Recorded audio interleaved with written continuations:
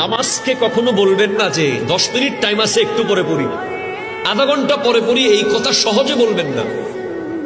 গাড়িতে থাকলে কখনো বলবেন না, কারণ 10 মিনিট পরে দুনিয়া সব করা যাবে।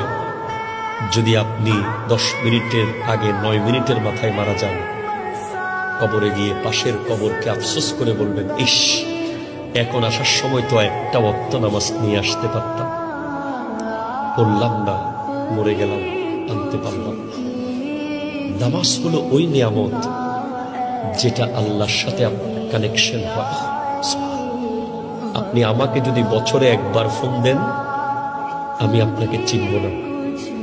আমাকে যদি আপনি মাসে একবার ফোন দেন, মোটামুটি চিনব। সপ্তাহে একবার ফোন দেন, লাইন কেটে কল ব্যাক করব। ডেলি একবার ফোন দেন, বলবো তুমি কাঞ্চন ব্রিজে দাঁড়াও, আমি আসতেছি। কথা বলেন।